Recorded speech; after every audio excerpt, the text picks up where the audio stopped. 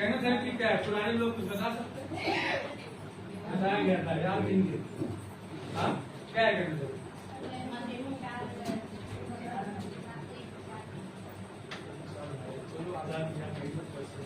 है ना?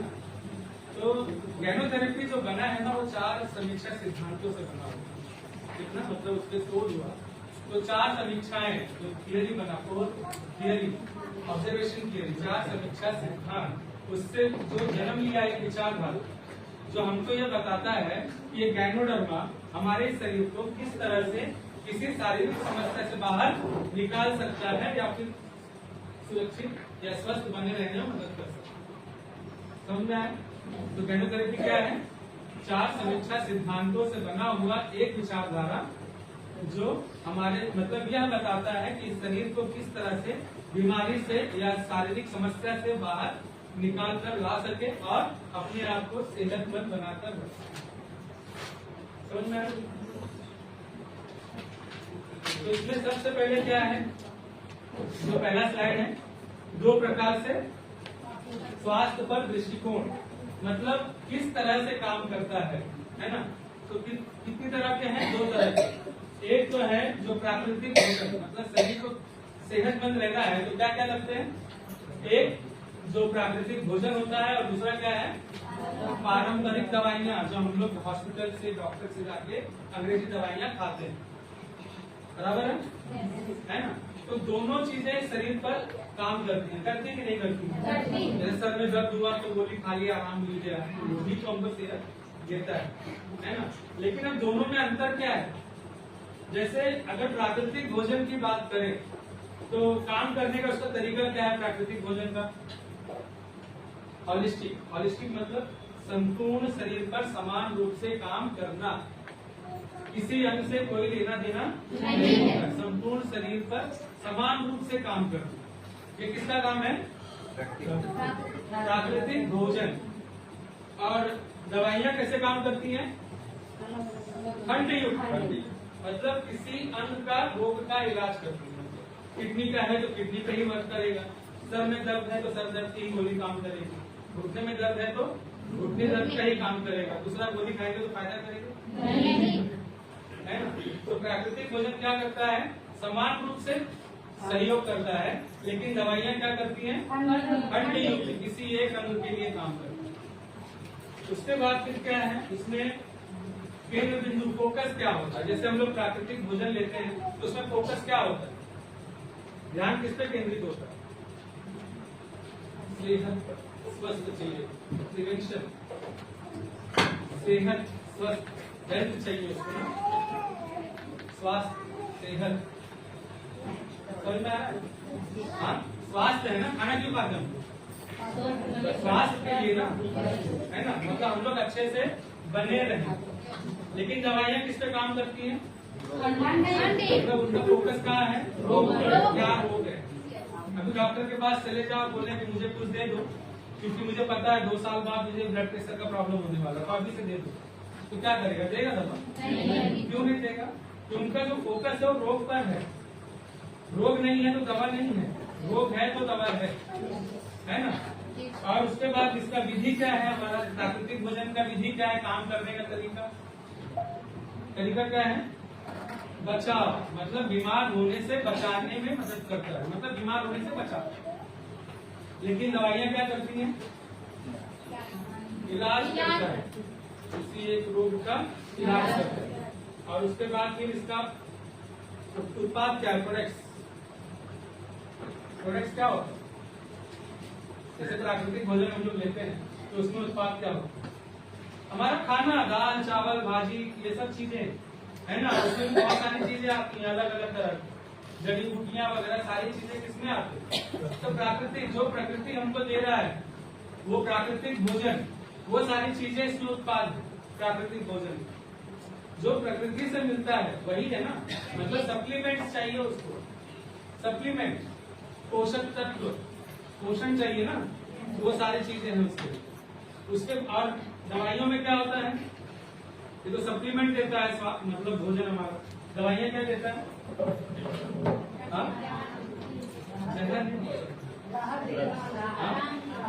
दवाइयाँ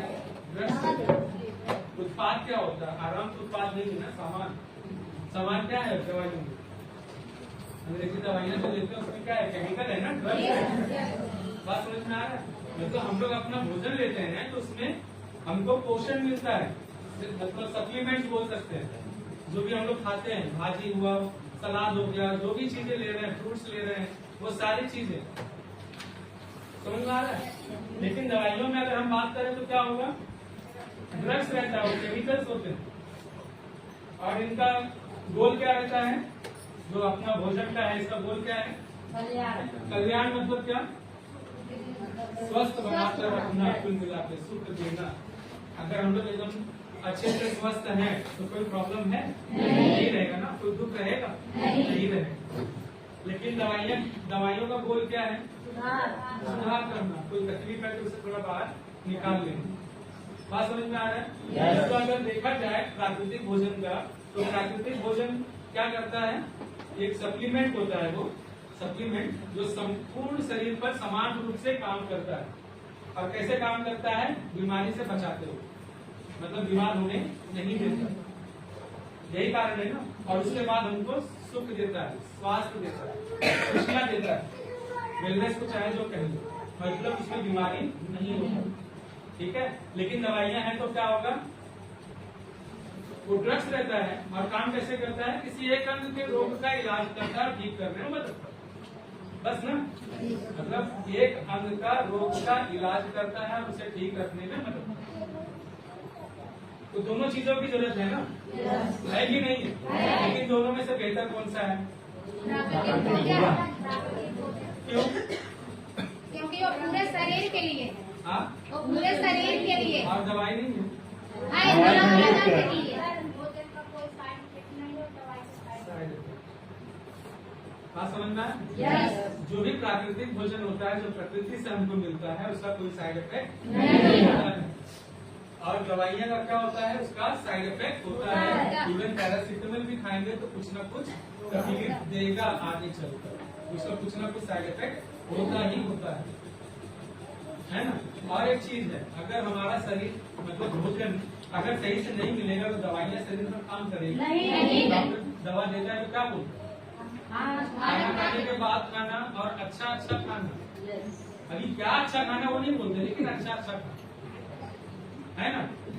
बात समझ में आ रहा है? तो दवाइयाँ भी अगर चाहिए तो इसके बिना अधूरा है ना। तो आज हम लोग जो भी बात करने वाले हैं, किस चीज की बात करने वाले हैं? वही प्राकृतिक भोजन का। जैसे अपना गैनोडर्मा है, स्पाइरुलिना है, मोरिंगी है, जो भी अपने पास प्रोडक्ट है वो सब क्या है? प्राकृतिक भोजन है। लेकिन इसमें गैनोडर्मा के बारे में जानना है, तो गैनोडर्मा और साथ में कुछ स्पाइरुलिना के बारे में बात। ठीक है। स्वास्थ्य के 4 स्तंभ। कितने स्तंभ? जैसे इस रूम को खड़ा रखना है तो कितने स्तंभ चाहिए? कितने पिलर चाहिए? अगर 3 हुआ तो नहीं चलेगा ना। कोई भी रूम को 4 पिलर चाहिए। तो 4 पिलर कैसे? कमजोर चाहिए कि कैसे? मजबूत होना चाहिए। अगर एक पिलर कमजोर है, 3 मजबूत है तो चलेगा नहीं चलेगा। बात समझना। जैसे रूम को 4 पिलर चाहिए और मजबूत चाहिए, उसी तरह इस शरीर को भी अगर स्वस्थ रखना है तो कितने पिलर चाहिए? 4 पिलर। और चारों मजबूत होने चाहिए, एक भी कमजोर नहीं चलेगा। अगर एक भी कमजोर हुआ तो समझ लो फिर प्रॉब्लम आ सकता है। तो उसमें सबसे पहला क्या है? सकारात्मक मानसिक विचार। क्यों पहला क्यों है वो? क्योंकि जो भी चीजें शुरुआत होती है विचारों से ही शुरुआत होती है। सही है। अगर जैसे किसी काम से निकल रहे, अच्छे काम से, अच्छे काम के लिए निकल रहे, लेकिन निकलते निकलते मन में आ गया कि जा तो रहा हूँ, पता नहीं काम होगा, क्या होगा? काम होता नहीं होता। किसने काम किया? सकारात्मक विचार ने काम किया, वो ज्यादा मजबूत है। तो पॉजिटिव रहना, सकारात्मक रहना बहुत जरूरी है। लेकिन अगर हम जाते जाते और अच्छा सोच के निकले कि जा रहा हूँ, काम तो धोखे रहेगा, तो क्या होता है? काम हो जाता है ना। नहीं हुआ तो कुछ ना कुछ रिजल्ट निष्कर्ष निकलता ही निकलता है। तो पॉजिटिव रहना बहुत जरूरी है। उसी तरह से अगर कोई मान लो बीमारी में लेते हैं, कोई बीमार है और वो ठीक हो भी सकता है, मतलब दवा देते तो ठीक हो जाएगा, लेकिन उसने मन से मान लिया कि वो ठीक नहीं होने वाला, अब वो नहीं ठीक हो, विचार उसके आ गए उसके मन में कि अब नहीं ठीक हो, तो क्या हो? उसको कितने भी अच्छे डॉक्टर को दिखा दो, कितना भी अच्छा दवा दे दो, क्या वो ठीक होने वाला है? नहीं। हाँ? नहीं। क्यों नहीं होगा? उनके सोच में क्योंकि विचार ने काम कर दिया। जब मन ने ही मान लिया, शरीर खुद माना ना कि अब नहीं ठीक होने वाला, तो जब इसने मान लिया कि नहीं ठीक होगा तो कुछ भी तो काम ही नहीं करेगा उसको। जब उस पर काम ही नहीं करेगा तो देना ना देना कोई मतलब नहीं। बात समझ में आया? तो इसीलिए और बहुत सारे केसेस देखा गया है कि बहुत क्रिटिकल है, निकल कर आना बड़ा मुश्किल है, लेकिन अगर सामने वाला बहुत पॉजिटिव है ना, बहुत अच्छा सोच रहा है, सकारात्मक अंदर जीना चाहता है, तो वो ठीक होता है कि नहीं? ठीक होता है। कितने लोग क्रिटिकल केसेस से बाहर आए। तो विचार सबसे बड़ा रोल प्ले करता है। तो हम लोगों को कैसा रहना चाहिए? सकारात्मक सोचना चाहिए। किसी भी चीज को अगर इस्तेमाल करना है, शुरुआत करना है, तो सकारात्मक होकर के शुरुआत करिए। अगर सकारात्मक नहीं है तो शुरुआत नहीं, कोई काम नहीं करेगी। ठीक है? हाँ? उसके बाद में दूसरा क्या है? स्वस्थ जीवन शैली। जीवन शैली क्या है? हमारे जीने की कला। तो कैसा होना चाहिए जीने की कला? शैली कैसा होना चाहिए? लाइफ स्टाइल स्वस्थ कैसा होना चाहिए? सेकंड पिलर की बात करो तो स्वस्थ जीवन शैली हमको जीना चाहिए। तो स्वस्थ जीवन शैली होता क्या? क्या होता है?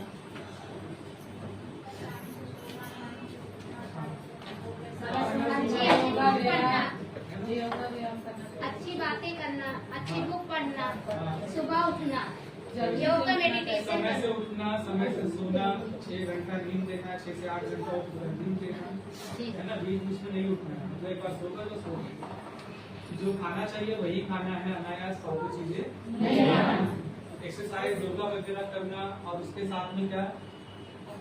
नशा नहीं होना चाहिए।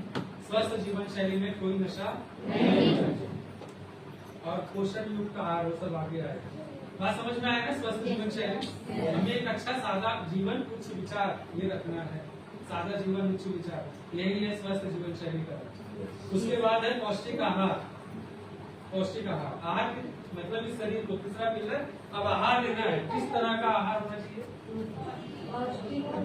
मतलब 2 तरह के आहार है पौष्टिक, एक पौष्टिक है और दूसरा टेस्टी है।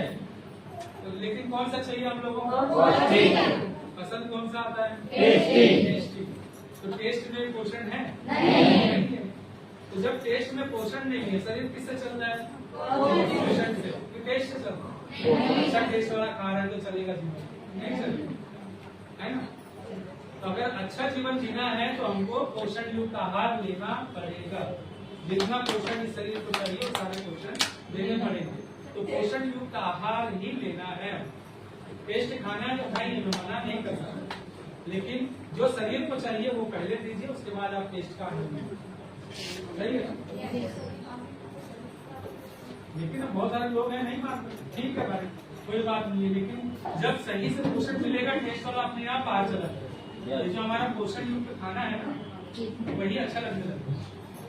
पहले है अपने साथ भी हुआ है, पहले अच्छा नहीं लगता था, सादा दाल चावल, पहले एकदम मतलब मसालेदार चाहिए, तेल मतलब अच्छा बघारा हुआ चाहिए, वो सारी चीजें। लेकिन आज सादा दाल चावल तो क्या हो गया? पहले अच्छा नहीं लगता था, अब क्यों अच्छा लग रहा वही चीज, है ना। तो जब पोषण मिलने लगा, शरीर सही हुआ, तो ऑटोमेटिकली जो सही चीज है वो अच्छा लगने लगा। आज क्या हो गया?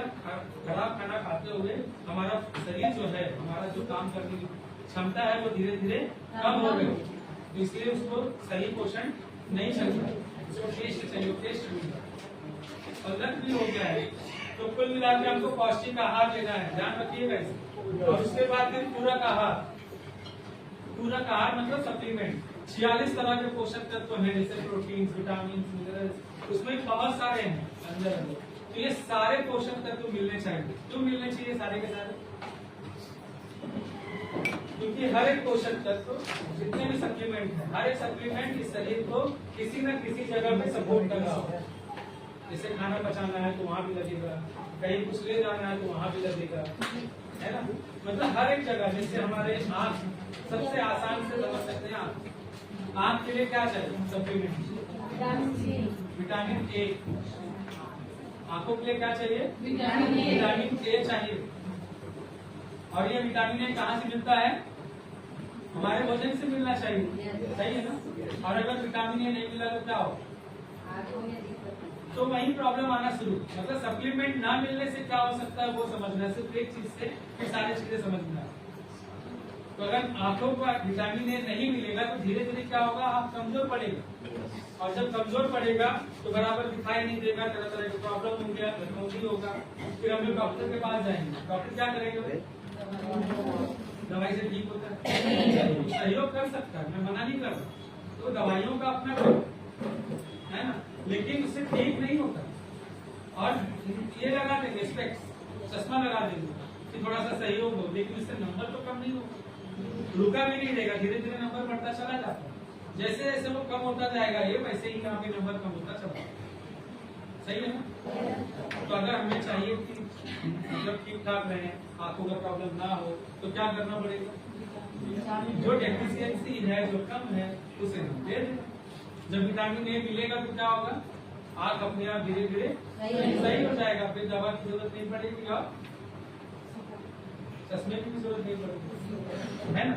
देखो आपने कोई ट्रीटमेंट तो नहीं किया ना, सिर्फ जो शरीर को देना है वो दे देना है बस। जब तक प्रॉब्लम है, जब तक वो पूरा नहीं हुआ है, तब तक प्रॉब्लम है, तब तक दवा ले लीजिए। जैसे ही वो पूरा होगा अपने आप जरूरत नहीं पड़ेगी। लगाएंगे तो अच्छा नहीं लगेगा, निकालने के बाद अच्छा लगेगा, लगाएंगे। बात समझ में आया? एक सप्लीमेंट की बात कर रहे हैं, ऐसे 46 तत्व हैं, तो सारे के सारे मिलने चाहिए। और अगर एक भी कम होगा तो कुछ ना कुछ प्रॉब्लम होगा। और वैसे भी देखते हैं ना, आजकल डॉक्टर के पास जाएंगे तो दवाइयाँ देता है तो उसमें पीली गोली जरूर देता है। तो क्या है? B12 जरूर देता है। क्यों देता है? क्योंकि अगर वो नहीं रहेगा तो भी काम नहीं करेगा दवाई, शरीर ताकतवर नहीं रहेगा तो नहीं चलेगा। तो वो हमको भोजन से मिलना चाहिए, तो आप दवा से लेना पड़ रहा है ना। तो हमको ये पूरा 46 तत्व जो सप्लीमेंट है, ये पूरा हमको देना है शरीर को। कहाँ से देना है वो आपको डिसाइड करना है। केमिकल वाला देना है कि प्राकृतिक भोजन से, ऑर्गेनिक वाला, तो वो हमको डिसाइड करना है कि। लेकिन किसी भी तरह ये चारों पिलर हमको मजबूत करना है, ठीक है। इसमें एक भी कमजोर होगा तो क्या होगा? नहीं चलेगा, शरीर कमजोर हो जाएगा और हम बीमार हो जाएंगे, है ना। तो स्वस्थ रहना है तो ये चारों पिलर मजबूत है। अब आजकल देख रहे हैं ना, बहुत सारे लोग बहुत सारा काम करते हैं फिर भी बीमार हो जाते हैं, है ना। तो बीमार क्यों होते हैं? वैसे भी बीमारी जो आ रहा है उसका बीमार होने का मेन कारण क्या है? हाँ, तो मतलब क्यों हो रहा है शरीर में? दो चीजें हैं, एक है जहर और दूसरा है असंतुलित। हमारे अंगों का असंतुलित होना, काम न कर पाना, है ना। असंतुलन मतलब क्या हुआ? जैसे किडनी है, अगर किडनी क्या करता है? डायलिसिस करता है ना, डायलिसिस करता है तो हर 4 मिनट में एक बार करता है, 24 घंटे में 360 होगा। लेकिन कब करेगा डायलिसिस? जब यह अपनी पूरी ताकत में रहेगा। और ताकत में कब रहेगा?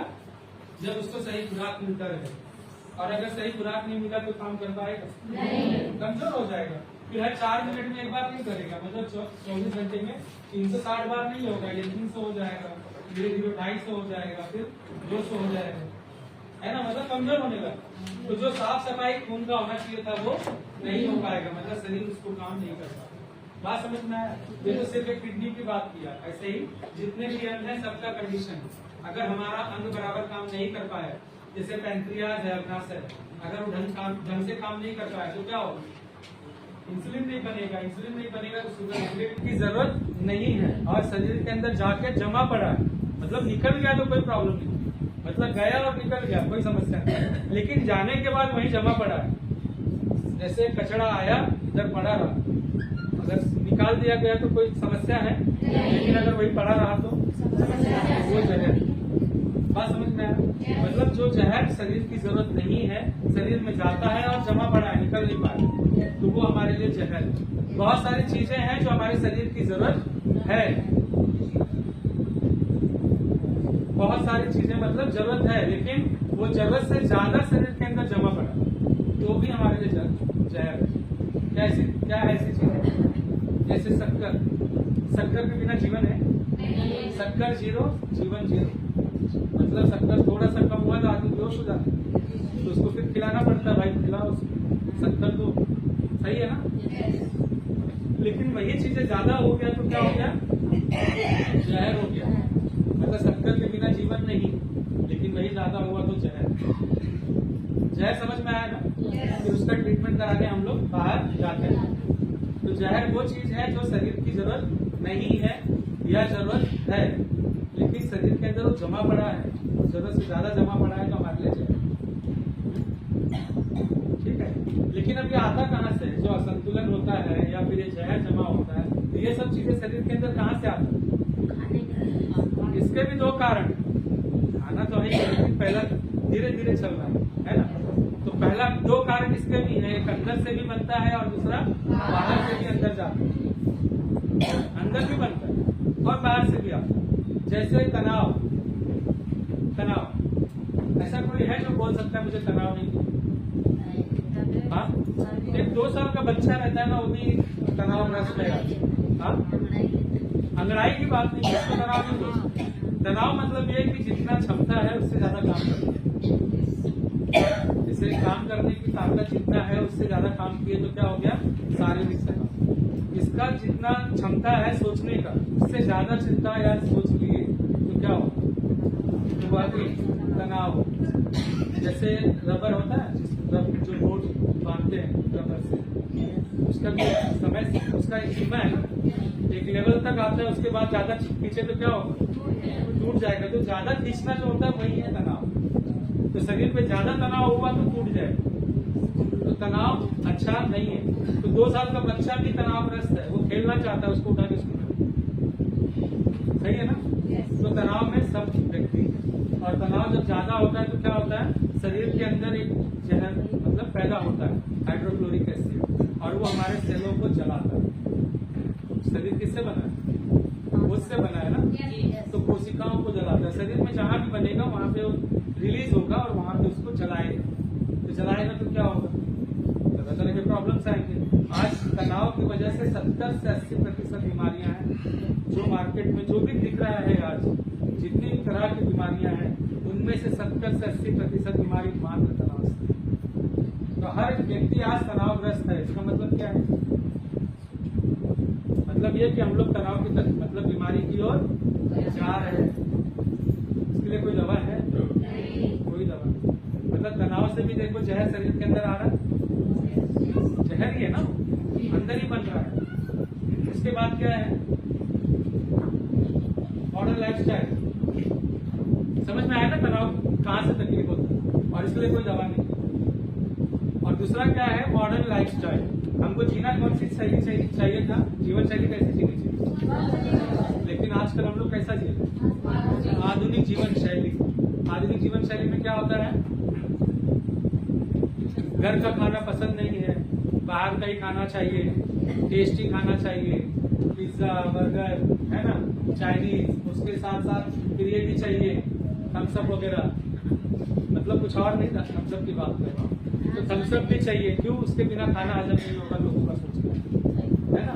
तो ये सब चीजें क्या है, हम लोग इस शरीर को क्या दे रहे हैं, जहर दे रहे हैं, है ना। ये आधुनिक जीवन शैली। जब सोना चाहिए सोते नहीं है, मतलब जागने के टाइम पे तो सोते हैं, रात भर चलता रहता है।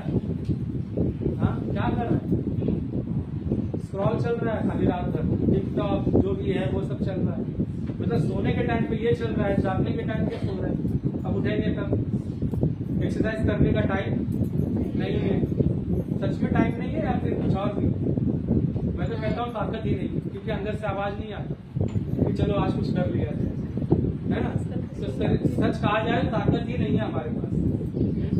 और क्या है, उसके बाद योगा वगैरह तो करना ही नहीं है, एक्सरसाइज नहीं है। तो इसकी वजह से क्या होगा, पूरी एक्टिविटी ना करने से हमारा जो शरीर है वो पूरा बेकार हो जाता है, मतलब कुछ काम नहीं कर पाता, है ना। तो जीवन जो आधुनिक जीवन शैली है, इसकी वजह से भी हमारे शरीर को प्रॉब्लम हो रहा है। उसके बाद क्या है, फ्री रेडिकल्स। फ्री रेडिकल्स क्या है, ये शरीर को चाहिए ना ऑक्सीजन, न्यूट्रिशन। एनर्जी कैसे बनता है, ऑक्सीजन से और न्यूट्रिशन से। ऑक्सीजन हवा से लेते हैं, न्यूट्रिशन भोजन से लेते हैं। ये सर्कुलेट होकर के हमारे एक एक सेल के अंदर जाता है और हर एक सेल के अंदर माइटोकॉन्ड्रिया मतलब एक जगह पावर हाउस, वहां पे एनर्जी बनता है, ऊर्जा, और साथ में वेस्ट बनता है, साथ में कार्बन डाइऑक्साइड, और साथ में बनता है फ्री रेडिकल वायरस। बात समझ में आया? फ्री रेडिकल वायरस कहीं बाहर से नहीं आता है। जैसे लकड़ी जलाया जाता है, लकड़ी जलाते हैं तो उसमें से क्या निकलता है? धुआं के साथ साथ और कुछ निकलता है, चिंगारी, है ना। एक बार धुआं कम हो सकता है, चिंगारी कम नहीं होती, सही है ना। जब भी लकड़ी जलेगा तो चिंगारी जरूर होगा, और जो चिंगारी है वही है फ्री रेडिकल वायरस। मतलब क्या हुआ कि जब जब एनर्जी बनेगा तब तब ये भी बनेगा, है ना। तो जितना ज्यादा ऊर्जा बनेगा उतना ज्यादा ये भी बनेगा, मतलब जितना ज्यादा काम करवाएंगे उतना ज्यादा फ्री रेडिकल वायरस बनेगा। ये अपने हाथ में है कि हमको क्या करना। शायद एनर्जी कम पड़ जाए लेकिन ये कम नहीं पड़ेगा, है ना। पहले हर एक 300 यूनिट हर दिन बनता था, या अभी बनता ही है। पहले कैंसर किसी को नहीं होता था, लेकिन आज हो रहा है। ये फ्री रेडिकल वायरस क्या करता है? अगर ये हमारे सेल को टॉर्चर करेगा, मतलब किसी अंग का सेल है वो, मान लो लिवर का ही है, पकड़ लो, है ना। तो लिवर को अगर लिवर से जाके टॉर्चर करेगा तो लिवर अपना काम करेगा? किडनी के सेल को टॉर्चर करेगा तो अपना काम करेगा? नहीं करेगा। तो जिस सेल को टॉर्चर करेगा वो अंग काम नहीं कर पाएगा उसका, है ना। जो हमको कोई टॉर्चर करेगा तो हम अपना काम नहीं कर पाते, तो ऐसे वो भी नहीं कर पाएगा। तो उससे जिस अंग को टॉर्चर करेगा उस अंग से संबंधित समस्या शुरू होगा, असंतुलन हो गया। और अगर इसने सेल को मार दिया, मतलब न्यूक्लियस लेवल को ही मार दिया, तो क्या होगा? 100% कैंसर। तो कैंसर कहीं बाहर से नहीं आता है, वो अंदर से ही होगा। तो अगर सही से बचना है तो फिर हमको सोचना पड़ेगा, सही है ना। तो इसकी वजह से प्रॉब्लम्स क्रिएट हो रहे हैं। फ्री रेडिकल वायरस अगर इसने हमारे सेल को टॉर्चर किया तो उससे संबंधित समस्या, और अगर सेल को मार दिया तो 100% कैंसर। उसके बाद फिर क्या है? वायु प्रदूषण। आज हवा चाहिए ना, ऑक्सीजन के लिए सबसे बड़ा सोर्स क्या है? हवा से ही मिलता है ना ऑक्सीजन। तो ऑक्सीजन कैसा मिल रहा है? हवा कैसा मिल रहा है? एकदम शुद्ध। हाँ, अशुद्ध हो गया, उसके अंदर बहुत सारे केमिकल्स मिले हैं, बहुत सारे जहर जमा हो गया उसके अंदर, और वो सारी चीजें हमको अंदर लेना पड़ता है। हम बोल सकते हैं ऑक्सीजन खाली अंदर आओ बाकी सब बाहर रहो, बाहर छलनी लगा सकते हैं? नहीं कर सकते, है ना। सब हमको साथ में लेना पड़ता है और सारे के सारे अंदर जाते हैं। उसके बाद फिर क्या है? प्रदूषित जल। जो पानी हम लोग पी रहे हैं आज सुरक्षित है? आजकल तो नल लग गया ना, नल सुविधा हो गया आपको, लेकिन क्या वो टैप वाटर भी सही है? उसमें क्लोरीन डालना ही पड़ता है, मजबूरी है। ना डालें तो प्रॉब्लम, और डालते हैं तो भी प्रॉब्लम, लेकिन कम से कम तुरंत नहीं होगा इतना, है ना। तो उसकी वजह से क्या हो रहा है? क्लोरीन डालने से बैक्टीरिया वायरस मर जाते हैं, फिर उसका मतलब रिफाइन करते हैं, उसको क्या बोलते हैं? फिल्टर बोलते हैं उसको, और कुछ और बोलते हैं, मतलब फिल्टर ही करते, समझना। आरओ लगाते हैं ना, आरओ, तो उसको मतलब फिल्टर करते हैं। फिल्टर करने के टाइम पे क्या होता है? जो भी बैक्टीरिया वायरस के सेल है वो सब निकल जाते हैं, है ना।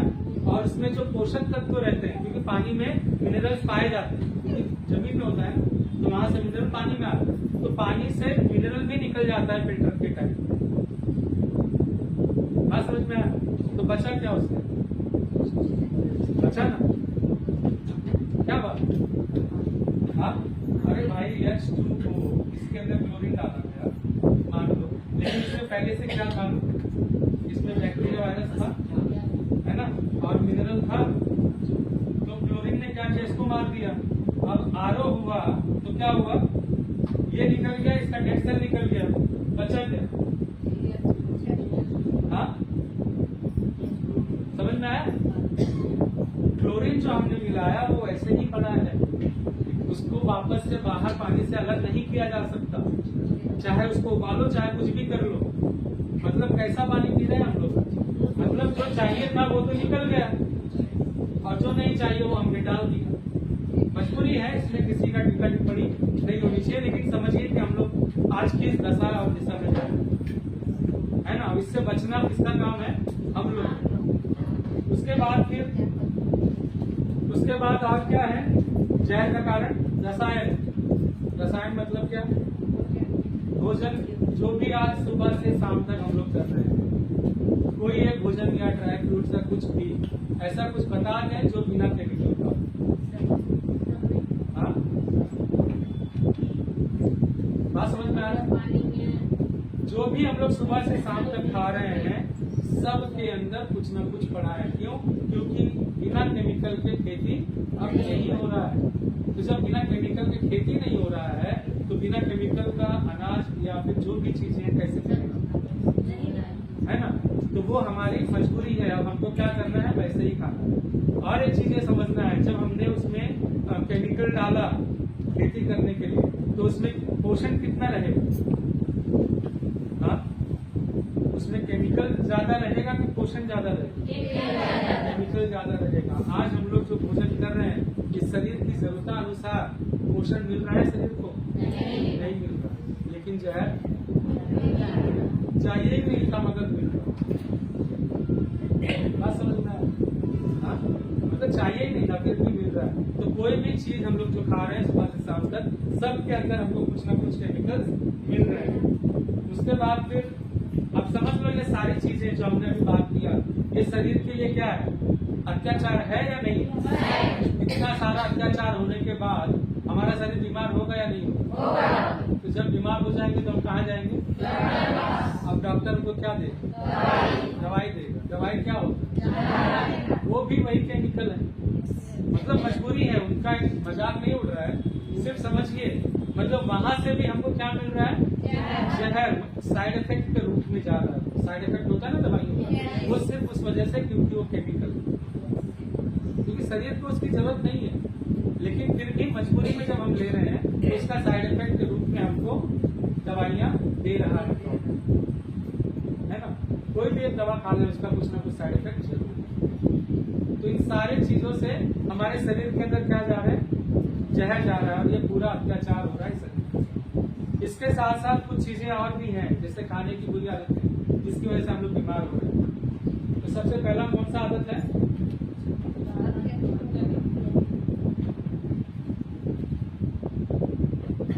अत्यधिक भोजन करना। अत्यधिक भोजन करना मतलब क्या? मतलब जितना खाना है लिमिट है उसका खाने का।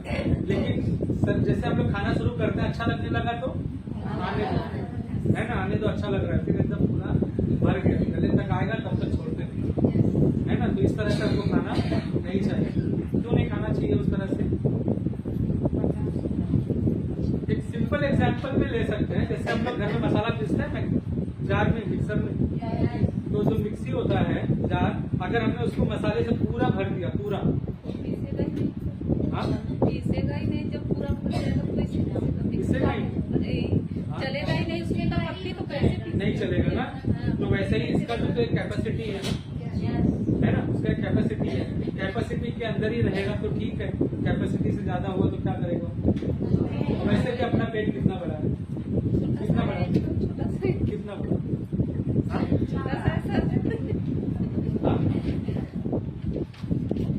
ये अपना पेट सिर्फ इतना ही बड़ा है सबका। ऐसा हाथ हम जोड़ते हैं ना, इतना ही बड़ा पेट, मगर इसमें खासियत क्या है? ये फैलता है, बाहर आता है ना, ये फैलता इलास्टिक जैसे। लेकिन इसका भी तो एक लिमिट होगा, कुछ ज्यादा हो गया तो पता लगा फिर ऐसा हालत खराब रहेगी, है ना। तो वो चीजें समझना है। तो हमको कितना खाना है? एक लिमिट में खाना है। अत्यधिक खाने की वजह से भी प्रॉब्लम आता है। उसके बाद बार बार खाना, ईट ऑफन, बार बार खाना। जैसे अभी चाय पिया, फिर थोड़ी देर में बोलेंगे जा चना लेके आ, फिर थोड़ी देर बाद बोलेंगे जाओ पानी पूरी लेके आओ, फिर थोड़ी देर बाद कुछ और मंगाएंगे। मतलब चलता ही रहेगा, सिंगदाना खा रहा है या कुछ खा रहा है, मतलब वो चलता ही रहेगा। देखा है ना ऐसे लोगों को? हाँ, तो ऐसा भी नहीं करना चाहिए, ये बीमारी का घर है। मतलब एक टाइम होता है, सुबह, एक दोपहर, एक शाम, बस इससे ज्यादा नहीं चाहिए। लिक्विड जो चाहिए वो ले, बाकी खाने का यही टाइम। उसके बाद बाद फिर क्या है, जल्दी जल्दी खाना। जल्दी जल्दी खाना मतलब क्या होता है? हाँ, जल्दी जल्दी खाना मतलब क्या? मतलब बहुत सारे लोग हैं, अपना तो है, मेरा भी भाई है, चाचा का लड़का ही। मैं बैठता हूँ खाने तो उसका जल्दी, मतलब 1-2 रोटी मेरा खत्म नहीं होता, उसका थाली खत्म होता साफ, जवाब के नहीं, फटाफट खाए। लेकिन प्रॉब्लम होता है आगे चल के, एसिडिटी का प्रॉब्लम, पेट का बहुत बड़ा प्रॉब्लम है और तकलीफ नहीं रहती। इसके लिए क्या करना है? चबा चबा के खाओ, क्योंकि चबा के खाने से क्या होता है, पूरा सलाइवा जो मुंह का है, लावा है ना, सलाइवा वो पूरा मिक्स होता है खाने के अंदर। अगर वो सही से मिक्स नहीं हुआ तो खाना डाइजेस्ट नहीं होगा। बात समझ में? अगर हमने नहीं चबाया तो क्या होगा? मिक्स नहीं हुआ, वो अंदर गया, फिर यहाँ बचाएगा कैसे? जो काम यहाँ करना है उसको वहाँ करेगा, मगर वहां से लाएगा कहाँ से? उसके लिए क्या करना है? चबा चबा करना, ठीक है। और उसके बाद क्या है? अत्यधिक अम्लीय भोजन का सेवन करना। अम्लीय भोजन मतलब क्या? एसिडिक, एसिड नहीं, सही है, उनको बोलने दो, ऐसा कुछ नहीं है, क्योंकि बोलेंगे तभी तो समझेंगे ना। जैसे एक होता है क्षार, जैसे लिखते हैं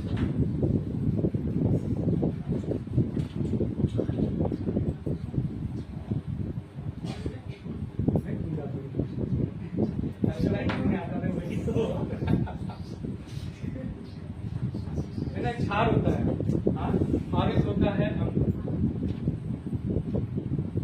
बात समझ में आया? मतलब एक एल्कलाइन फूड है और एक एसिडिक फूड है। तो हमको क्षार युक्त खाना ज्यादा खाना चाहिए, अम्ल नहीं। अम्ल सिर्फ 20% चाहिए।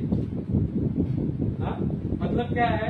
तेल, मसाला, चिकन, मटन, जो भी चीजें हैं वो सब चीजें हमको कम से कम लेना है ना। लेकिन वो क्या रहा है ना, ज्यादा तेल मसाला चाहिए। तेल मसाला नहीं तो खाना नहीं, तो वो हमारे लिए क्या है? बीमारी का घर है ना। और उसके बाद क्या है? अत्यधिक पका हुआ भोजन। अत्यधिक पका हुआ भोजन का मतलब क्या है? जैसे मान के चलो एग्जाम्पल लेते हैं, तो पालक बना रहे, अगर उसमें पानी रह गया, पकाते पकाते पानी रहता है तभी पक जाता है ना, पका रहता है ना वो, लेकिन थाली में आता तो अच्छा लगता है, क्यों? तो बोलेंगे पूरा पानी खत्म करो, लाल हो जाए तब, है ना, थोड़ा अच्छे से पकाओ। तो अच्छे से पकाने के चक्कर में सब खत्म। लाल हुआ मतलब जो पोषक तत्व उसमें था सब खत्म। फिर हम लोग क्या खा रहे हैं? प्याज खा रहे हैं, वेस्ट बनाए ना, मतलब एनर्जी नहीं मिलेगा, ये सब नहीं है, सीधा वेस्ट। तो खा के नहीं खा के कोई मतलब नहीं, उल्टा ना खाओ ज्यादा बेहतर, अनायास मेहनत नहीं करना। बात समझ में आया? हाँ, तो ज्यादा जैसे कुछ है, मतलब पक गया है खाना, मगर फिर भी और पका दो, क्योंकि पानी ज्यादा दिख रहा है। तो जितना ज्यादा पकाएंगे उतना क्या होगा? उसका पोषक तत्व मरता चला जाए, और पोषक तत्व मर गया फिर मतलब कुछ नहीं। हाँ, तो जो शरीर को चाहिए वो नहीं मिलेगा, पेट तो भर जाएगा, शरीर भूखा रहेगा। बात समझ लें? तो इसकी वजह से भी प्रॉब्लम आता है। उसके बाद फिर बहुत कम हरी सब्जी खाना। कितने लोग हरी सब्जी खाते हैं? रोज खाते हैं? रोज, कभी कभार नहीं, रोज। अच्छा ही नहीं लगता है ना। तो हरी सब्जियां नहीं खाएंगे तो हम क्या होंगे? बीमार ही होंगे। तो रोज खाना चाहिए। सब्जी रोज ही अच्छा लगता है। अब अच्छा लगेगा ही, अब अच्छा लगेगा। तो कहने का मतलब क्या है?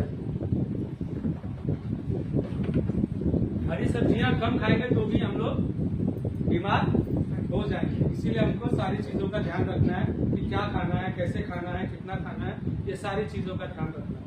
इस पर ध्यान न रखने की वजह से ही हम लोग प्रॉब्लम में जाते हैं। बात समझ में आया? हाँ? तो अब ये देखा जाए तो ये सारी चीजें क्या है शरीर पर? काफी जितना बात हुआ है सब क्या है? अत्याचार है इस शरीर को, है ना। एक अत्याचार भरपूर मात्रा में पड़ रहा है, अत्यधिक, है ना। हर आदमी को आज बीमार हो जाना चाहिए या नहीं होना चाहिए? मतलब जिस तरह से अत्याचार हो रहा है उस तरह से तो हम लोगों को बीमार हो जाना चाहिए, लेकिन हर आदमी बीमार नहीं है ना। तो बीमार नहीं है तो क्यों बीमार नहीं है? किसने बचा के रखा उसे? हाँ, तो उसको अगर किसी ने बचा के रखा है तो सिर्फ उसका शरीर बचा के रखा है ना।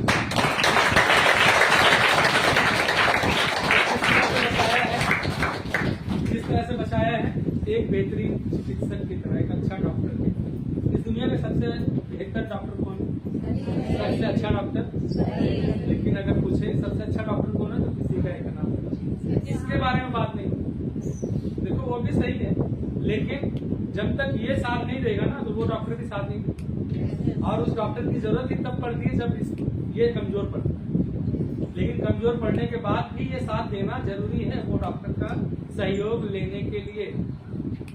नहीं तो जितने बड़े डॉक्टर के पास जाएंगे उतने ही आसानी से बोलता है ले जाओ, जो करना था कर लिया, कुछ नहीं हो सकता। कब बोलता है? जब शरीर साथ नहीं देता है ना। तो शरीर को अगर कोई ठीक रख सकता है और रखता है तो कौन रखता है? शरीर रखता है।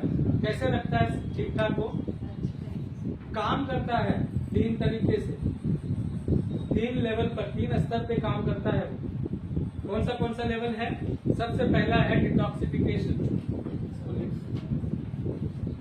सबसे पहला लेवल है डिटॉक्सिफिकेशन। पहला है डिटॉक्सिफिकेशन। सेकंड क्या है? Put aside phase. और तीसरा है ट्यूमर। मतलब 3 लेवल पर काम करता है। पहला है साफ सफाई, शरीर से सारे शरीर को बाहर निकालना, निर्विषीकरण, शरीर से सारे जहर को बाहर निकालना। कौन निकालता है? शरीर निकालता है। फिर दूसरे स्तर पे काम करता है पुट असाइड, कहीं किनारे लगा देना, अगर नहीं निकाल पाया तो किनारे लगा देना। और तीसरा क्या है? वहाँ ढेर लग जाना। ट्यूमर मतलब गांठ, मतलब ढेर हो गया ना कचरे का, तो वो हो गया गांठ। समझ में आया? तो यही हमको डिटेल में बात करनी है, डिटेल। तो सबसे पहला क्या है? डिटॉक्सिफिकेशन। तो शरीर सबसे पहला काम करता है, शरीर से सारे जहर को बाहर निकालता है। कहाँ से निकालता है? निकालने का रास्ता शौच से, पेशाब से, बलगम से, पसीने से, कई बार कोड़े तुलसी से भी निकालता है ना। तो इन रास्तों से शरीर सारे जहर को बाहर निकालता है। लेकिन अब बात यह आती है कितना निकालेगा, है ना। जितना ताकत रहेगा उतना निकालेगा। आज हम लोग शरीर को क्या दे रहे हैं? आज जहर ज्यादा दे रहे हैं कि ताकत ज्यादा दे रहे हैं? जहर ज्यादा, मतलब ताकत इतनी दे रहे हैं, जहर इतना दे रहे हैं, है ना। ये ताकत है और ये जहर है। बात समझ में आया? तो इतना सब तो इसने निकाल दिया, लेकिन जो ये बच्चा इसका क्या करेगा? बात समझ में आया? मतलब जितना ताकत है उतना निकाला, बाकी का सब दूसरे नंबर पे काम करता है। मतलब पहला तो काम कोशिश करता है कि सब बाहर निकाल कर फेंके, कुछ भी अंदर बर्दाश्त नहीं करता शरीर। एक छोटा सा टुकड़ा अगर यहाँ से जाए तो क्या करता है? तुरंत छींक मार। क्यों? ताकि जो गया है वो बाहर निकले। तो ये कुछ भी अंदर बर्दाश्त नहीं करता। लेकिन कितना बर्दाश्त, मतलब एक सीमा है ना उसका, जितना ताकत रहेगा उतना ही निकालेगा। तो हम लोग ताकत आज कम दे रहे हैं, जहर ज्यादा दे रहे हैं। मजबूरी है, इसमें किसी का कोई दोष नहीं है ना। तो जहर ज्यादा, तो जितना ताकत है उतना जहर निकाला, बाकी का जो बचा उसके ऊपर क्या करते हैं? फिर दूसरे नंबर पे काम करते हैं, मतलब कहीं किनारे लगा देना। जैसे घर में कोई झाड़ू मारता है, झाड़ू मारने बाद क्या करता है? कचरा उठा बाहर फेंक दिए। लेकिन किसी दिन झाड़ू मारने वाला उठा और उसको लगा कि आज हिम्मत नहीं है, तो क्या करेगा? हाँ, तो कम से कम झाड़ू मार के किनारे लगा दे। मतलब ऐसी जगह लगाएंगे किसी को दिखे नहीं और खराब न लगे। सही है ना। तो वैसे ही शरीर भी क्या करता है? इकट्ठा करता है, जो बच गया उसको एक किनारे सुरक्षित स्थान पर रखता है कि तुरंत तकलीफ महसूस ना हो, इसका ध्यान रखो। तो सुरक्षित स्थान क्या है? सब जोड़ है, लंग्स है, मतलब हमारे शरीर के अंदर ही। और लेकिन जिस चीज को बचा हुआ जो है, इसका रूप परिवर्तन करके रखते हैं और इसका नाम क्या दिया गया है? Uric acid. समझ में आया? इसका नाम दिया गया यूरिक एसिड। जो बचा हुआ है, जो किनारे लगा रहे हैं, उसका नाम दिया गया यूरिक एसिड। और ये जहां जहां जमा होगा वहीं का रोग देगा। मतलब इस कोने में रखेंगे तो ये कोना खराब होगा, इस कोने में रखेंगे तो ये कोना खराब होगा। मतलब जहां रहेगा वही तो प्रॉब्लम आएगा ना। तो जिस अंग में रखेगा वहां का प्रॉब्लम। जैसे जोड़ों में रखा तो क्या होगा? जोड़ों का दर्द आज बढ़ रहा है ना, जोड़ों का दर्द। छोटे छोटे बच्चों में भी हो रहा है। तो किसकी वजह से हो रहा है? इसकी वजह से, क्योंकि उसके साथ भी क्या हो रहा है? वही है ना जो हम सबके साथ, शुरुआत तो वहीं से है, वो भी वही खा रहा है जो हम खा रहे हैं, तो उसका भी क्या होगा? जोड़ों में दर्द शुरुआत, गठिया रोग जो बोलते हैं, है ना। और अगर उसने लंग्स में रखा तो क्या होगा? फेफड़े में, फेफड़ा कमजोर पड़ेगा, सांस लेने में तकलीफ होगी, तो क्या होगा? अस्थमा, दमा जो बोलते हैं। हाँ, अगर लंग्स में रखा तो क्या होगा? लंग्स पे पड़ा, जब इसके शरीर में जमा हुआ तो लो, मतलब उसको पोषण नहीं मिलेगा, जहर जमा हो गया समझ, तो तो प्रॉब्लम आना है, तो बीपी लो हो जाएगा। नसों में जमा हुआ तो वो नस में कहीं रखा तो क्या होगा? खून को आने जाने में तकलीफ होगा, बीपी हाई होगा। लेकिन खून पतला कर दी गोली देंगे, ठीक है, लेकिन धीरे धीरे ये बढ़ेगा, है ना। जैसे जैसे बढ़ेगा वैसे ही ब्लॉकेज आएगा तो क्या होगा? हार्ट अटैक, पैरालिसिस, पार्किंसन, कोई भी प्रॉब्लम हो सकता है। पार्किंसन पता है ना, एक्साइटिस, वो पार्किंसन, पैरालिसिस मतलब लकवा मार दिया। हाँ, ये सारी समस्या समझ में आया। इसके बाद फिर डायबिटीज वगैरह भी सब उसी में है। और उसके बाद ओबेसिटी, ओबेसिटी भी होता है। ओबेसिटी क्या होता है? ओबेसिटी मतलब मोटापा। मोटापा किसकी वजह से हो रहा है? Uric acid. जैसे कुछ लोगों का होता है ना, शरीर से फूलते चला जाता है, चर्बी नहीं है, इसकी वजह से फूल, यूरिक एसिड। अब उसको कितना भी चर्बी कराने वाला दे दो, नहीं बचेगा। देखते हैं ना कि कई लोग दवा खाते हैं मगर कुछ होता नहीं, क्योंकि चर्बी हो तो निकले ना। हाँ, ओबेसिटी उसका प्रॉब्लम यूरिक एसिड है, तो यूरिक एसिड निकलेगा तब वो प्रॉब्लम जाए। बात समझ में आया? हाँ, तो ये सारी चीजें समस्याएं आती। उसके बाद फिर स्टोन,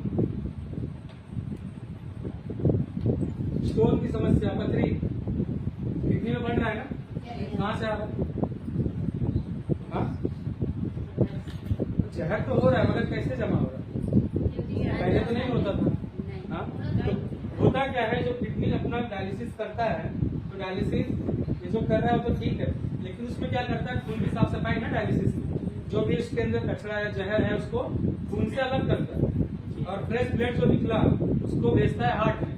तो जो वेस्टेज है उसको क्या करना है? पेशाब के माध्यम से बाहर निकालना। लेकिन हम लोग बहुत समझदार लोग है ना, और वैसे भी ताकत तो कम ही है, उसके बावजूद पानी ज्यादा पीते हैं, बार बार जाना पड़ेगा। हाँ, कम पीते हैं ना, तो पानी ना पियो नहीं तो बार बार जाना पड़ेगा, पेशाब लगेगा, तो इससे अच्छा पानी ही ना पियो। और पानी नहीं पियेंगे तो क्या होगा? हाँ, तो निकाल पाएगा शरीर से? तो जब नहीं निकालेगा तो क्या करेगा? हाँ, तो इसी के अंदर, हाँ, इसी के अंदर पॉकेट्स होता है, 7 से 13 तक रहता है, किसी में 7, किसी में 10, किसी में 13 तो रहता है हर किडनी में, तो उसी के पॉकेट के अंदर रखता है। बोलते हैं ना कई जगह थोड़ा थोड़ा थोड़ा थोड़ा रखा होता है, तो इसकी वजह से पॉकेट के। हाँ, समझ में आया? तो ये इसमें जमा करने शुरू करता है, और जब धीरे धीरे इसकी मात्रा बढ़ जाता है, समय बीतता है तो कड़क हो जाता है, तो पथरी हो गया। बात समझ में आया? उसने जमा क्यों किया? अभी ताकत नहीं है, बाद में आएगा तो कर दूंगा बाहर, लेकिन ऐसा टाइम नहीं आएगा, बल्कि हम और बढ़ाते जा रहे हैं, तो पथरी बढ़ता जा रहा है। बात समझ में आया? इसका वो चावल में कंकड़ से कोई लेना देना नहीं है, ठीक है। और उसके बाद फिर क्या होता है? यही चीजें हमारे कोलेस्ट्रॉल में भी जमा होता है। कोलेस्ट्रॉल शरीर की जरूरत है या नहीं? हर एक व्यक्ति को चाहिए कोलेस्ट्रॉल, लेकिन कोलेस्ट्रॉल भी एक सुरक्षित जगह है, उसके अंदर भी जहर रखता है हमारा शरीर, तुरंत तो कुछ प्रॉब्लम नहीं होगा, लेकिन बाद में धीरे धीरे जब मात्रा बढ़ जाता है जहर का उसके अंदर, तो क्या होता है? कोलेस्ट्रॉल हमारा एचडीएल से एलडीएल हो गया है, एलडीएल हो गया मतलब खराब हो गया हमारा कोलेस्ट्रॉल, है ना, तो उसका ट्रीटमेंट चलता है। और उसके बाद फिर फैट, फैट के अंदर रखता है शरीर, जो चर्बी होता है जो शरीर के अंदर जमा पड़ा है, उसके अंदर जो जहर जमा करता है, ठीक है। हाँ, इसकी वजह से प्रॉब्लम्स होते हैं। फिर उसके बाद तीसरा नंबर आता है गांठ, ट्यूमर। ये कहाँ से आता है?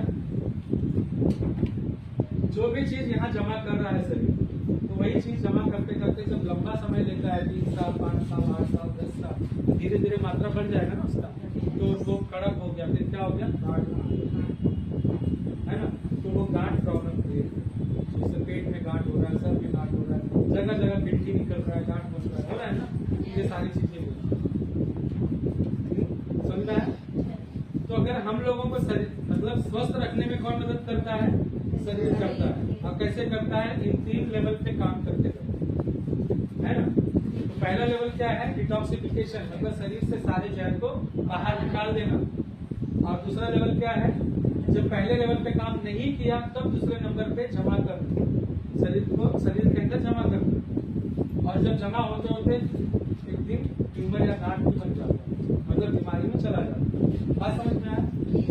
तो अगर हमको सुरक्षित रहना है तो हमारे शरीर को किस नंबर पे काम करना चाहिए, पहले नंबर पे। क्यों करना चाहिए पहले नंबर पे, ताकि सारा जहर शरीर से बाहर निकलता रहे और कोई समस्या शरीर के अंदर ना हो। तो जमा नहीं होगा तो कोई समस्या नहीं आएगी। लेकिन इसके लिए फिर शरीर को क्या चाहिए, जो जहर दे रहे हैं उससे ताकत देनी होगी। आज समस्या तो वही है ना, आज हम ताकत कम दे रहे हैं, जहर ज्यादा दे रहे हैं। तो अब हमको क्या करना होगा, ताकत की तादाद को बढ़ाना पड़ेगा, मतलब शरीर को सपोर्ट देना पड़ेगा। सही है ना। तो ये सपोर्ट किस रूप में देना चाहते हैं, दवा के रूप में या भोजन के रूप में। तो ऐसा कौन सा भोजन है जो शरीर को सपोर्ट करेगा, पूरे मार्केट में सोच कर पूरे मार्केट है उसकी बात कौन सी हरी सब्जी सपोर्ट खाने लायक सच में है। जब उसमें हमने यूरिया वगैरह मिला दिया तो प्रॉब्लम आना ही। हमें ऑर्गेनिक खेत चाहिए जिसमें मतलब ऑर्गेनिक तरीके से जैविक खेती से उत्पादन किया गया हो, प्राकृतिक हो, है ना, तब तो जाकर उसके अंदर सारी चीजें हमको सही से मिल पाएगा। हाँ बात समझ में आया। तो ऐसा कुछ मार्केट में नहीं दिख रहा है, तो आपको चाहिए तो वो चीज है गैनोडर्मा।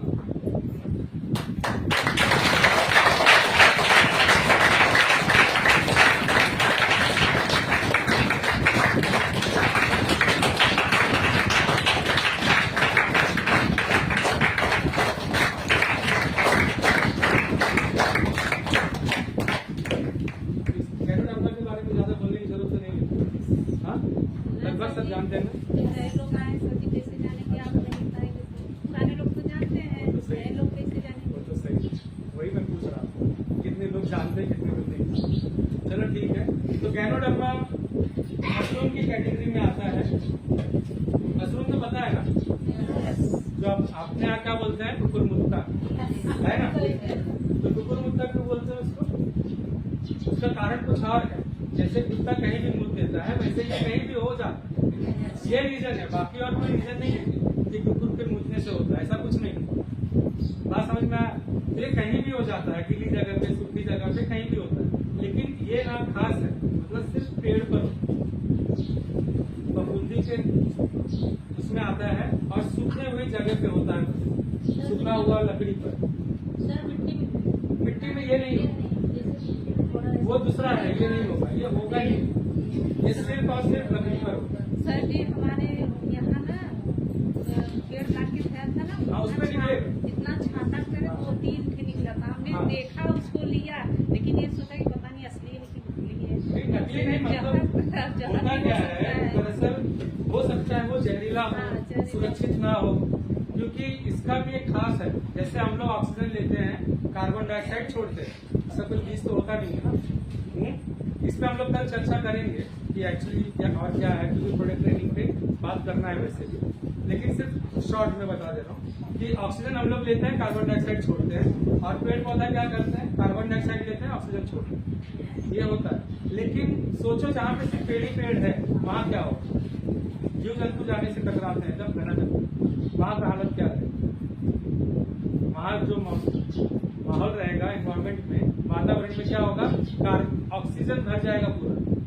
अब ऑक्सीजन लेने वाला कोई तो है नहीं वहाँ पे, है ना, तो कार्बन डाइऑक्साइड वहाँ से खत्म, धीरे धीरे ऑक्सीजन भर जाएगा, तो पेड़ पौधों को कार्बन जब ऐसी स्थिति उत्पन्न होता है तो यह गैनोडर्मा अपने आप सुखी हुई लकड़ी पे निकलता है, अपने आप, इसका कोई बीज नहीं होता, ये अपने आप निकलता है। और ये क्या करता है, 24 घंटा ऑक्सीजन लेता है, कार्बन डाइऑक्साइड छोड़ता है हमारे आप। बात समझ में आया? तो ये प्रकृति को बैलेंस भी करता है, भगवान का प्रसाद है। दुनिया में सबसे ज्यादा औषधि गुण भोज्य पदार्थ में अगर है तो सिर्फ और सिर्फ गैनोडर्मा के अंदर पाया जाता है।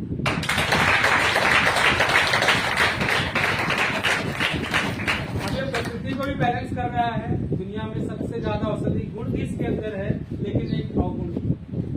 जैसे हम लोग ऑक्सीजन के साथ साथ बहुत सारी चीजें अंदर लेते हैं, लेकिन बाहर तो नहीं निकल रहा है ना, वैसे ही इसके अंदर भी ऑक्सीजन के साथ बहुत कुछ जाता है और फिर बाहर नहीं निकलता। बात समझ में आया? तो अगर बाजू से सांप गया, उसने निकाल दी, मतलब उपकार दिया जहर, तो क्या होगा, जहर इसके अंदर चला जाएगा, इसको कोई प्रॉब्लम नहीं होगी, लेकिन जो उसको खाएगा उसको क्या हो सकता है। बात समझ में आया? ये कहीं भी होता है तो ऐसा लेने की जरूरत नहीं है, क्योंकि हमारे पास लेबोरेटरी नहीं है। अगर उसको करना है तो लेबोरेटरी में जाके टेस्ट करा के फिर, है ना, प्रकृति से लेते हैं, लेबोरेटरी में टेस्ट करते, फिर उसके बाद जो करना है करते। तो ये सब चीजें, लेकिन उसके अलावा भी है, उस पर हम लोग कल बात करेंगे कि अपना गैनोडर्मा खास क्यों हो, कल बात करेंगे, ठीक है। बात समझ में आया? तो सिर्फ ये करते हैं गैनोडर्मा सपोर्ट कैसे करते हैं। तो हमारा गैनोडर्मा दो भागों में है, एक रूट है और एक है रूट। रूट 90 से 100 दिन में होता है और रूट जो है वो 14 से 18 दिन में। रूट को हम लोग ऋषि गैनो कहते हैं, शॉर्ट फॉर्म में आरजी। और ये क्या करता है, डिटॉक्सिफिकेशन में मदद करता है। बात समझ में आया?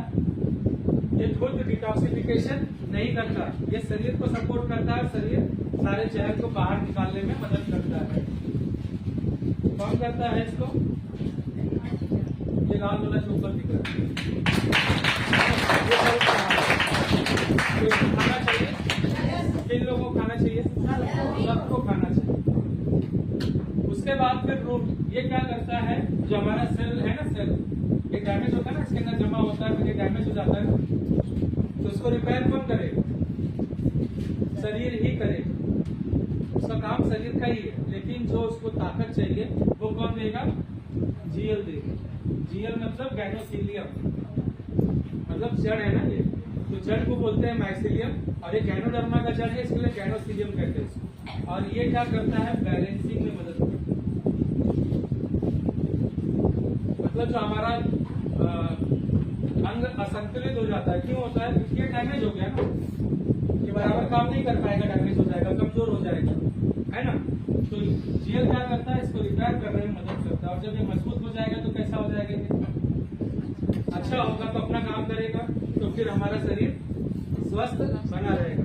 तो आरजी क्या करता है, शरीर से सारे जहर को बाहर निकालने में मदद करता है, और जीएल क्या करता है, बैलेंस करने में मदद करता है। जो भी असंतुलन हुआ है अंगों का, उसको बैलेंस करना। तो ये दोनों चीजों को खाना चाहिए सभी लोगों को। और इतना सॉफ्ट बनाया कि एक दिन के बच्चे को भी खिलाएंगे तो भी कोई साइड इफेक्ट नहीं होता है और आसानी से पच जाता है। साइड इफेक्ट ना होने से ज्यादा जरूरी है पचना। छोटे बच्चे को हम लोग कुछ माँ के दूध के अलावा कुछ देते हैं? नहीं देते, लेकिन इसको दे सकते हैं, इतना सॉफ्ट।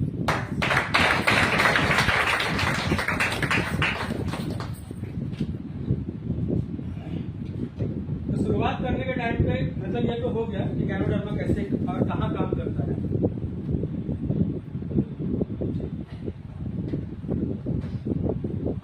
तो सबसे मेन ये है, शुरुआत में हमने बात किया था कि 4 समीक्षा सिद्धांतों पर काम करना है ना, 4 समीक्षा निकल कर आई। तो वो क्या क्या है? तो सबसे पहला क्या है, इस शरीर को जो भी प्रॉब्लम्स या समस्याएं आती है, जो भी समस्या, शारीरिक समस्या आता है, वो किन वजहों से आता है? सबसे पहला थियरी है ये, सबसे पहला सिद्धांत, इस शरीर को जो भी प्रॉब्लम या समस्या आती है शारीरिक, वो किसकी वजह से आती है? सिर्फ 2 कारणों से, विष और दूसरा है असंतुलन, हमारे अंगों के असंतुलन होने की वजह से। तो पहला सिद्धांत दूसरा सिद्धांत क्या है? दूसरा सिद्धांत क्या है? अरे जो लिखा है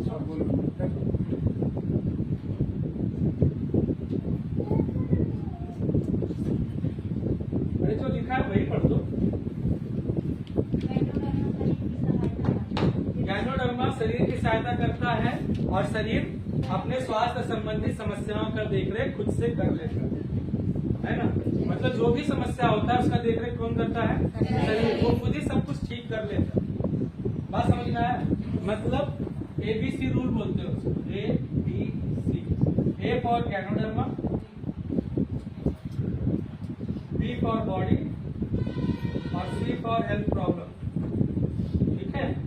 A क्या करता है? B को सपोर्ट करता है और B क्या करता है? C पर काम करता है। मतलब जो भी समस्या है उसको निवारण कर लेता है। A और C का कोई लेना देना नहीं है। बात समझ में आया? अब कल को कोई बोलेगा गैनोडर्मा से डायबिटीज ठीक होता है, या गैनोडर्मा डायबिटीज पे काम करता है? काम करता है डायबिटीज पे? नहीं करता। कैंसर पे? ब्लड प्रेशर पे? किसी भी रोग पर काम नहीं करता। लेकिन जब इसको खाएंगे तो क्या होगा? हमारा शरीर दुरुस्त होगा, तो इन सारी समस्याओं से बाहर आ जाएगा। मतलब शरीर खुद उन समस्याओं से लड़ लेगा, है ना। तो शरीर क्या, गैनोडर्मा शरीर को मजबूत करता है और शरीर अपना देखरेख जो भी है वो खुद से कर लेता है। ये दूसरा सिद्धांत, इसको ABC रूल भी कहते हैं। उसके बाद तीसरा है सहज। तीसरा समीक्षा सिद्धांत क्या है? प्रतिक्रिया। जो रिफ्लेक्शन आता है ना, बहुत सारे लोग बीच में बंद कर देते हैं, है ना। खाए तो पता लगा, कुछ हुआ तो बंद, है ना। लगभग सबके साथ होता है। कुछ लोग, हाँ कुछ लोग तो मतलब बड़ा करेजियस रहते हैं, मान लेते हैं पहले से, पूछते नहीं है। लेकिन कुछ लोग तो बिना पूछे बंद कर देते हैं, है ना। तो प्रतिक्रिया जो भी होता है शरीर के अंदर, वो गैनोडर्मा की वजह से नहीं है, क्योंकि गैनोडर्मा तो कुछ कर ही नहीं रहा, वो सिर्फ सपोर्ट कर रहा है ना। तो जो भी प्रतिक्रिया आता है वो किसकी वजह से आता है? सिर्फ और सिर्फ शरीर की वजह से। कौन देता है प्रतिक्रिया? वैसे भी जब तकलीफ होता है तो कौन बताता है? कैसे बता? लक्षण मतलब क्या? प्रतिक्रिया ही तो है। हाँ मतलब कुछ भी प्रतिक्रिया ही तो है ना वो। मतलब शरीर कैसे बताएगा? मुंह खोल के तो बोलेगा नहीं मुझे यहाँ तकलीफ हो, वो तो सिर्फ और सिर्फ कुछ प्रतिक्रिया करेगा बॉडी। तो गैनोडर्मा कोई भी साइड इफेक्ट या प्रतिक्रिया नहीं देता है। जो भी हो रहा है वो शरीर की वजह से होता है ना। तो गैनोडर्मा इस शरीर पर काम करता है। कब काम करता है? हमेशा, चाहे हमको पता चले या ना पता चले। चाहे हम कोमा में हो, मतलब सिर्फ जिंदा होना चाहिए, कोमा में है तो भी काम करेगा और सही है तो भी काम करेगा। बात समझ में आया? हाँ। तो गैनोडर्मा अपना काम करता है, चाहे हमको पता चले या ना पता चले। लेकिन अगर पता चलेगा तो कैसे पता चलेगा? वही है प्रतिक्रिया। तो कैसे पता चलेगा? दो तरीके हैं। पहला क्या है? सहज प्रतिक्रिया, और दूसरा क्या है? Element reflection. दूसरा क्या है? लक्षण, है ना। तो सहज प्रतिक्रिया पहला। सहज प्रतिक्रिया मतलब क्या? उसमें भी दो है, एक शारीरिक तौर पर और दूसरा भावनात्मक तौर पर। जैसे लीवर में प्रॉब्लम है तो हमको कैसे पता चलेगा? शारीरिक तौर पे कैसे पता चलेगा? आंखों का कलर चेंज होगा, अजीब सा रहेगा, ऐसा लगेगा खराब तो नहीं हो रहा। हाँ, लेकिन भावनात्मक तौर पे क्या रहेगा? गुस्सा बहुत आएगा। अच्छी बात करेंगे तो भी गुस्सा है। अगर गुस्सा आ रहा है तो समझ लो कि लीवर में प्रॉब्लम है। बात समझ में आ रहा है? अगर गुस्सा, जैसे चिड़चिड़ापन, जैसे दवाइयां हम खाते हैं तो दवा इफेक्ट करता है ना, दवाइयों से भी तो प्रॉब्लम होता ही है ना, इफेक्ट करता है हमारे शरीर को, क्योंकि केमिकल है। तो अगर लीवर कमजोर होगा तो चिड़चिड़ापन बढ़ेगा और गुस्सा आएगा। अच्छी बात करेंगे तो भी गुस्सा आएगा। तो उनसे मतलब भिड़ने की जरूरत नहीं है जबरदस्ती। ये समझ लो कि लीवर में प्रॉब्लम है। अगर लंग्स में जमा है तो क्या होगा? लंग्स में जमा है तो क्या होगा? जैसे कि सूखी खांसी आ रहा है तो लंग्स में जमा होगा, तो गैनोडर्मा हम खाएंगे तो शरीर में ताकत आएगा, तो क्या होगा? शरीर से जहर पूरा निकलेगा। कहाँ से निकलेगा? नाक से, है ना, नाक बहना शुरू हो जाएगा। और भावनात्मक क्या रहेगा, हम उदास रहते हैं, हम लोग उस समय कुछ अच्छा नहीं लगता है ना, हंसी वसी बहुत कम आता है ना, गुस्सा नहीं रहेगा लेकिन मन उदास रहेगा। तो ये तरीका है मतलब पता करने। तो इस तरह से हमारा शरीर अपना प्रतिक्रिया देता है, तो उससे हमको समझना है कि क्या प्रतिक्रिया हो रहा है, तो समझ लो कि ये समस्या हो रहा है। ठीक है, उसके बाद है लक्षण, एलिमेंट रिफ्लेक्शन, मतलब जैसे घुटनों में दर्द है, बढ़ गया, जुलाब मतलब शौच एक बार 2 बार की जगह 10 बार चला गया, 4-5 बार चले गए, है ना, पेशाब ज्यादा हो रहा है, तो एलिमेंट रिफ्लेक्शन ही है। जैसे फोड़े फुंसी बहुत आ गए, तो फोड़े फुंसी आ गए तो क्या हुआ, आमतौर पे दवाइयां लेते हैं तो बीमार हो गए, साइड इफेक्ट हो गया। लेकिन यहाँ क्या है, वो जहर को बाहर निकाल रहा है ना, तो जहर बाहर निकलेगा, उसके बाद सब ठीक हो जाएगा। बात समझ में आया? तो अगर कुछ अभी इसके बाद अगर हमने गैनोडर्मा खाया, डायबिटीज बढ़ा तो क्या होगा, अगर डायबिटीज प्रॉब्लम है उसमें भी डायबिटीज बढ़ गया तो क्या बोलेंगे,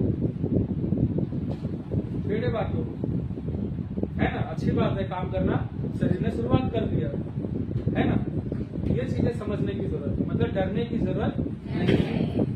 उसके बाद फिर चौथा प्रतिक्रिया क्या है, डोज, मतलब एक अपना काम तो करता है लेकिन खाना कितना है,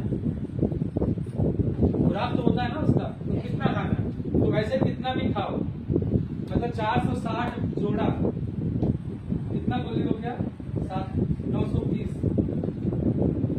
920 गोली तक खिलाया गया एक स्वस्थ व्यक्ति को, कोई साइड इफेक्ट नहीं आया।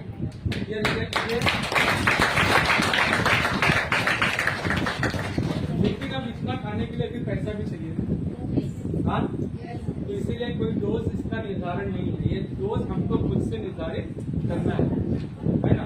अगर एक जोड़े में काम हो जाए तो ज्यादा लेने की क्या जरूरत है ना। तो शुरुआत 1 आरजी 1 जीएल से करना है, 1 आरजी 1 जीएल, इसको एक जोड़ा बोलते हैं, इसमें से एक, इसमें से एक, ये क्या हो गया, एक जोड़ा, राम जी और जी लक्ष्मण, राम लक्ष्मण एक जोड़ा हो, ठीक है। तो ये दोनों हमको एक एक लेना स्टार्ट करना है, शुरू करना है, 1 हफ्ते तक लेना है। अगर 1 हफ्ते तक लेते लेते कोई प्रतिक्रिया आया तो समझ लो उसी एक जोड़े की जरूरत है, क्योंकि शरीर में ताकत आ गया, उसने अपना काम करना शुरू कर दिया। अगर प्रतिक्रिया नहीं आया तो क्या करेंगे, तो बढ़ाना है, फिर 1 जोड़ा 2 जोड़ा कर देना, सुबह शाम 2 फिर 1 हफ्ते तक खाना है। प्रतिक्रिया आया तो ठीक, नहीं आया तो फिर बढ़ा देना है, 4 मतलब 1 2 4 6 फिर 8 10 ऐसे बढ़ाते जाना, ठीक है। प्रॉब्लम में है तो लंबे तक जाना, अगर ठीक ठाक है कोई समस्या नहीं है तो 6 जोड़ा पर्याप्त, उतने में काम होना शुरू हो जाता है। कुछ लोगों को ज्यादा लगता है लेकिन 6 में अक्सर हो जाता है ऐसा, बात समझ रहे हैं ना। लेकिन समस्या भी देखना है, अगर ज्यादा है तो ज्यादा भी लगेगी, ठीक है। तो इस तरह से हमको शुरुआत करना है, लेकिन खाते खाते अगर प्रतिक्रिया आया तो ठीक है उतना ही लेना है, नहीं आया तो डोज बढ़ाना है। लेकिन अगर प्रतिक्रिया आया और उसमें ज्यादा आया तो क्या करें, मतलब सह नहीं सकते, तब क्या होगा, तो दवा लेना है, दवा का सहयोग ले लेना है, उससे पीछे नहीं हटना।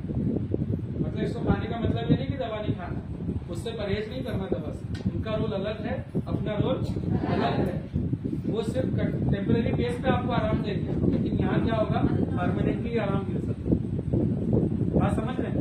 तो दवाइयों से कोई परहेज नहीं है, कोई दुश्मनी नहीं करना, किसी डॉक्टर को कुछ गलत नहीं बोलना है, क्योंकि वो भी हमारा जीवन बचा रहे है ना, उनका भी धन्यवाद करें, है ना। बस ये है कि जब ये शरीर सपोर्ट करेगा तो और अच्छे से सपोर्ट करता है, तो ये क्या करेगा, ये शरीर को सपोर्ट करेगा, दवाइयां तो शरीर को सपोर्ट नहीं करती ना, बात समझ रहे हैं। तो इसका रोल को समझिए क्या है, ठीक है। तो इस तरह से हमको काम करना है। तो अब जितना, अब ज्यादा प्रतिक्रिया आया और दवा खाने के बाद भी कम नहीं हुआ, तकलीफ ज्यादा हो रहा, तब क्या करेंगे, तो डोज को आधा करेंगे, डोज जो भी ले रहे हैं उसका आधा, 6 ले रहे हैं तो 3 पे आ जाएंगे या 4 पे आ जाएंगे, ठीक है। और अगर 4 ले रहे हैं तो 2 पे, 2 ले रहे हैं तो 1 पे, और 1 ले रहे हैं तो 1 दिन छोड़ के लेंगे, लेकिन बंद नहीं करना है, बंद बिल्कुल नहीं करना है, चालू रखना है, ठीक है। फिर धीरे धीरे अपने आप नॉर्मल हो जाएगा, और प्रतिक्रिया जैसे सहन में आ जाए तो वापस से डोज को बढ़ाना है, ऐसा नहीं कि बस उतना ही करके बढ़ा लीजिए, क्योंकि जितना प्रतिक्रिया जिस डोज पे आया था वही एक्चुअल अपना डोज है। बात समझ में आया? जैसे 4 पे प्रतिक्रिया आया था तो वही अपना एक्चुअल डोज है, भले वो प्रतिक्रिया ज्यादा होने की वजह से हमने कम किया, कोई बात नहीं, ठीक है। वापस से हमको 4 पे आना है, 2-3 बार होगा, उसके बाद नॉर्मल चलेगा।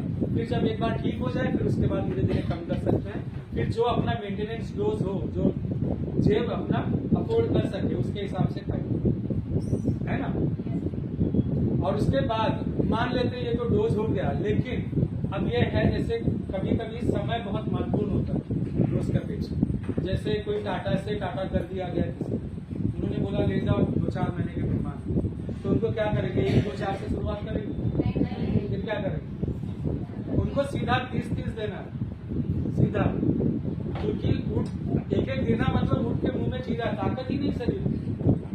तो अभी हम क्या कर रहे हैं, हम ताकत दे रहे हैं, है ना। तो सीधा 30 आज 30 शुरुआत करना है, उसको एक घोल बना के शेक करके उनको पिलाना, ठीक है। और हो सकता है 60 भी करना पड़े तो कर दीजिए, कोई दिक्कत नहीं। फिर उसके बाद जब नॉर्मल हो जाए फिर कम कर सकते, ठीक है। हाँ, ये है डोज। तो ये हमारा समीक्षा सिद्धांत हो गया। ये थियरी ना इसमें है, प्रोडक्ट ट्रेनिंग है, इसको जो है ना।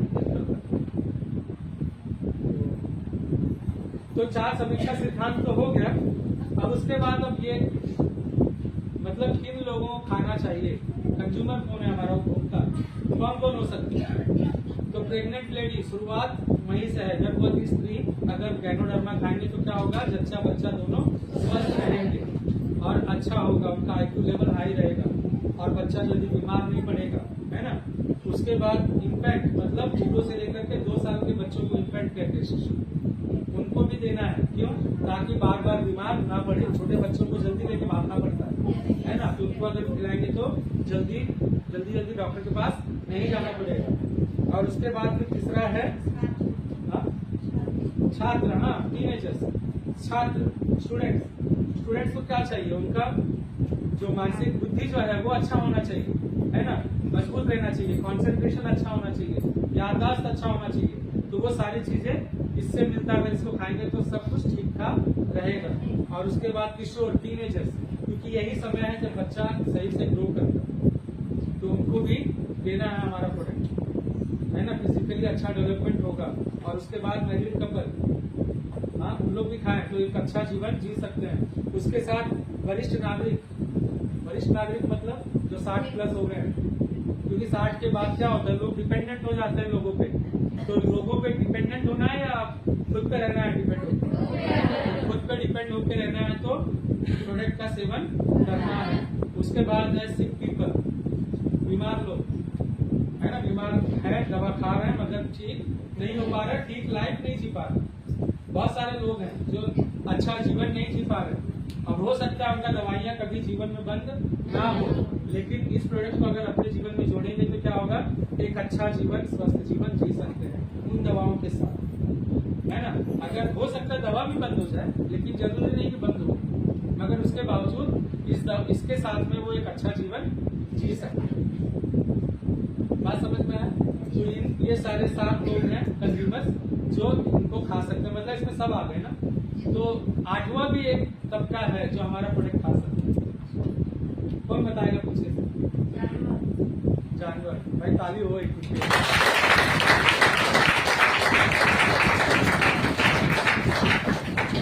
उनको भी खिलाइए, क्योंकि जैसे हम जहर खा रहे हैं वो भी वैसे ही खा रहे हैं, क्योंकि हम जो उनको खिलाएंगे वही वो भी खाएंगे।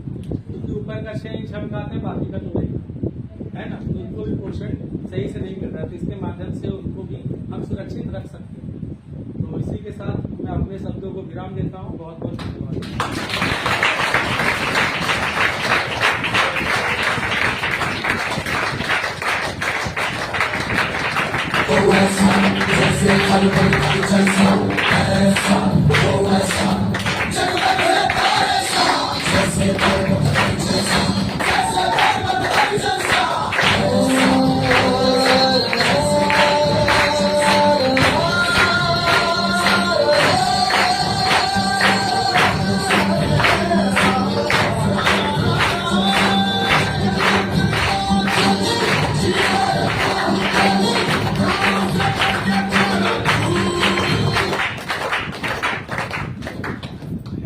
Thank you.